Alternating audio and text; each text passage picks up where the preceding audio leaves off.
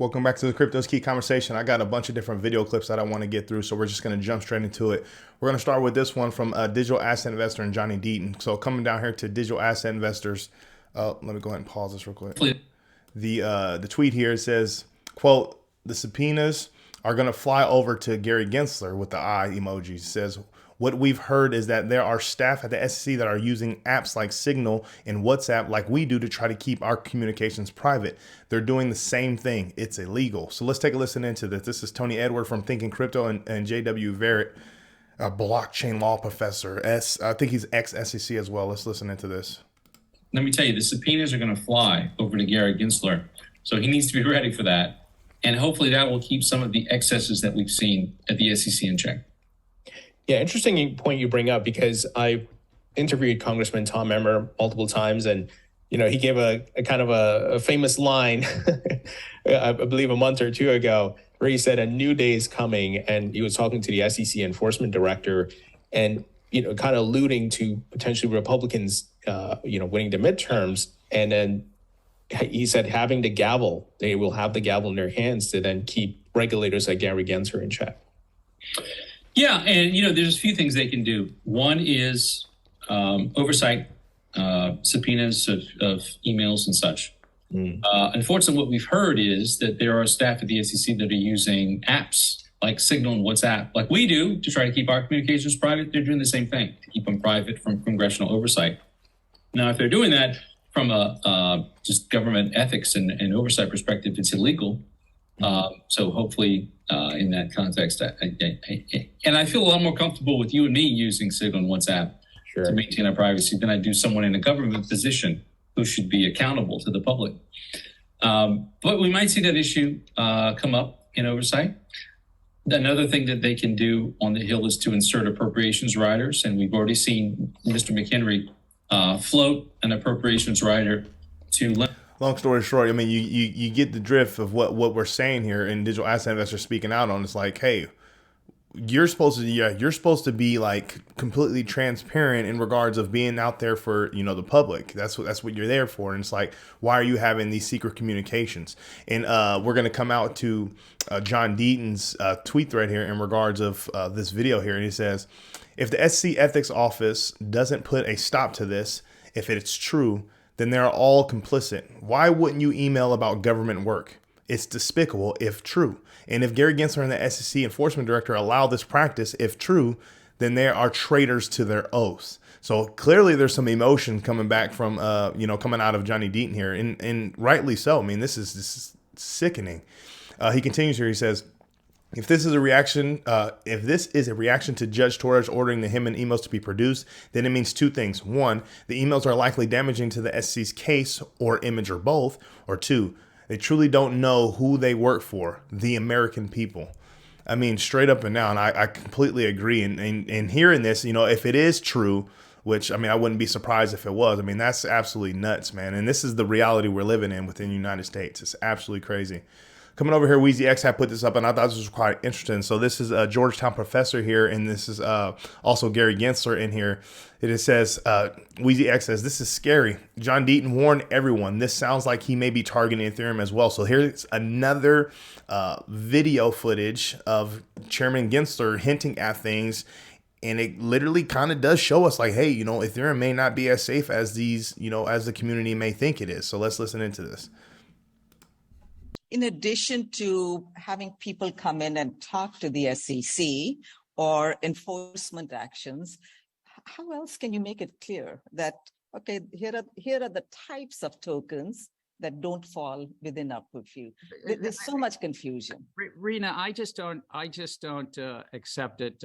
Not liking the answer is not the same as not knowing the answer.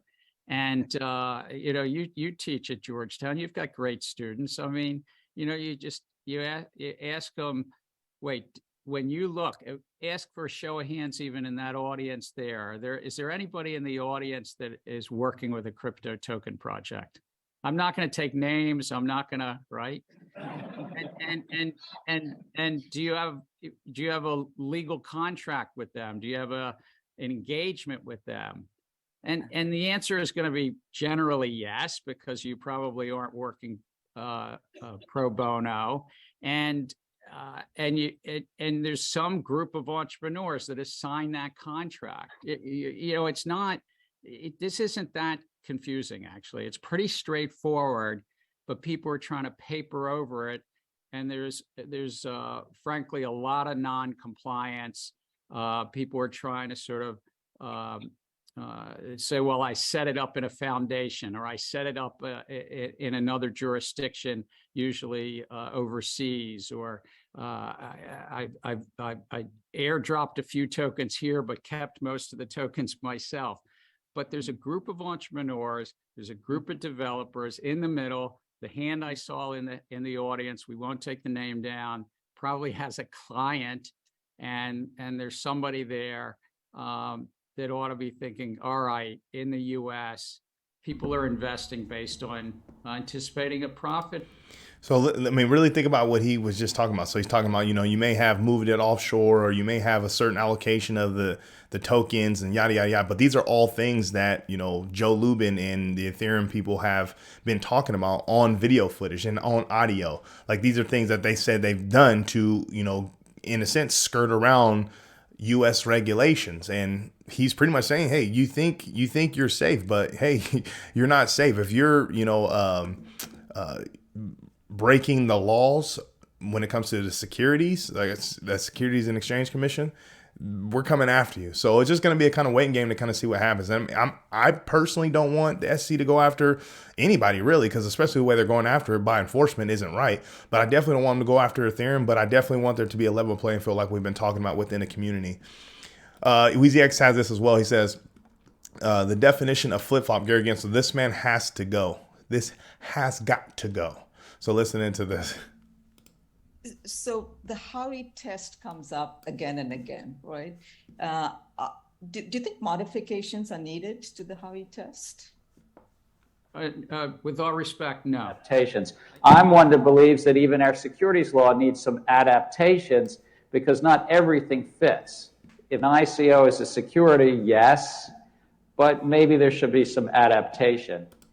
So that's we've talked about that on this channel as well. We covered some of his it was MIT lectures that he had talked about in regards of, he thinks Ethereum is security at the time, and his view on the Howey test and what the digital asset space looked like at the time. And he completely changed his tune on things. Like, he couldn't even answer in multiple interviews when he was asked, what is the status of Ethereum? He couldn't answer. But behind closed doors, he would give answers as, oh no, Ethereum is a commodity, or Ethereum is that. But you can't publicly state what it is. You come out and beat around the bush with answering questions saying, oh, we're the SEC. We don't just talk about one particular project. But then again, you do. Kind of weird. Ben Armstrong from BitBoy Crypto had put this up. It says the infamous Dirty Gary Gensler will be out of a job by the end of 2023, most likely out sometime in Q2, from what I'm hearing from multiple sources on this.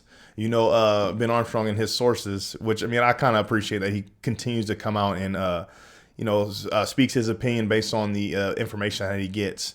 But he says it's time to start thinking about who his successor will be. There will be the pivot point. There will be the pivot point for crypto regulation. Hashtag or quote, or what is that? $XRP. XRP Crypto Will says crypto could have flourished a while ago if Hester Pierce would have been named SC chairman. And I think Eric has a point here. He says she wouldn't have done anything. Just because someone might be the SC chairman doesn't mean they make the decisions.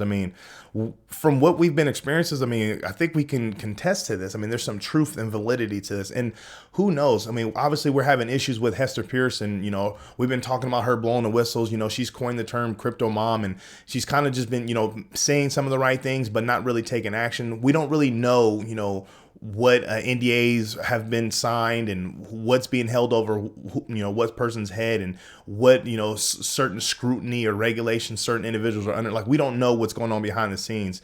All we could do is, based on the information that we get, is make our best educated, in a sense, guess on kind of what's happening. And obviously when it comes to the XRP community, Johnny Deaton class action lawsuit, Jason Foster Empower oversight, what's going on with the Ethereum free pass and hashtag ETH stuff, we have factual documentations, video footage, audio footage of kind of the conflicts of interest and the, picking winners and losers.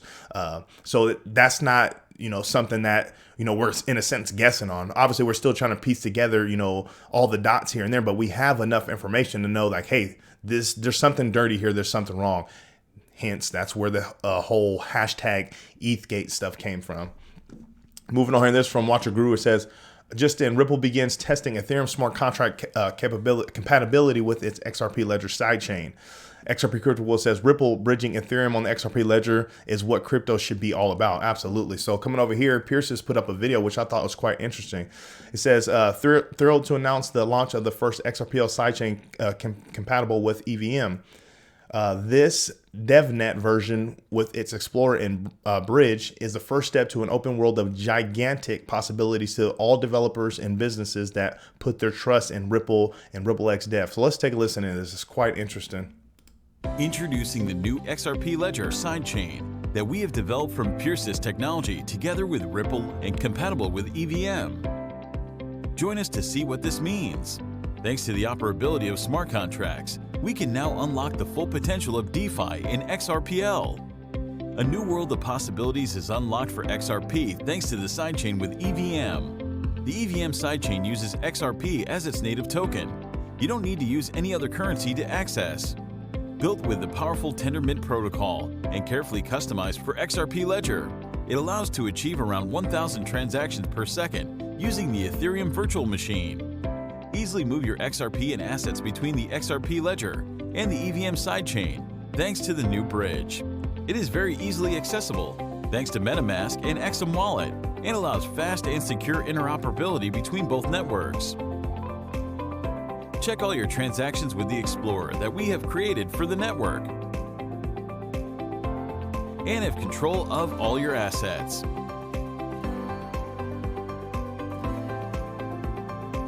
Created by Piercist in collaboration with Ripple. That's huge, man. That is I'm going to be quite interested to see kind of how things develop in this regard. It's huge. What does it say right here? It says, tomorrow we'll publish a user guide for all XRPL community to use in the test the EVM sidechain and create their own XRP accounts on MetaMask. Interoperability for all crypto to come together will be the real game changer in this industry. I agree, XRP Crypto Wolf. I mean, that's just a beautiful thing. This is huge, man. I'm curious to see, how things progress in that regard.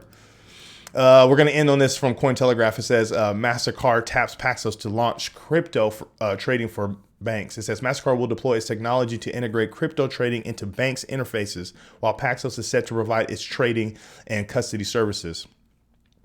So, just more adoption, more things happening within the space. And if we come over here to CoinGecko, we're currently sitting at 974 billion, still under $1 trillion. Bitcoin sitting at 19,498. Ethereum sitting at 1329. XRP sitting at 47 cents. So, I mean, obviously, seeing us at 3 trillion at one point and it still being under $1 trillion, obviously there's some negativity, some fear in the market still, but there's still stuff happening within the background. There's still a lot of adoption happening and a lot of growth within projects. And as you can see, the solid platforms, the solid blockchain projects that are continuing to build within this bear market, those are the ones that are going to flourish, and those are the ones that have staying power. So we got to do the best we can to research and invest our money into these solid projects that have staying power, over time. Obviously, according to the Bitcoin Fear and Greed Index, we're still in the extreme fear range, sitting at 20. So it's just a matter of, when this thing takes off, not if. It's just kind of going to be a waiting game. But that's what I have for you. Make sure you come to the Crypto is Key Conversation YouTube channel. Subscribe. Follow us on Twitter at Crypto is Key 1. I really appreciate your support. With all that being said, stay strong out there. Be safe.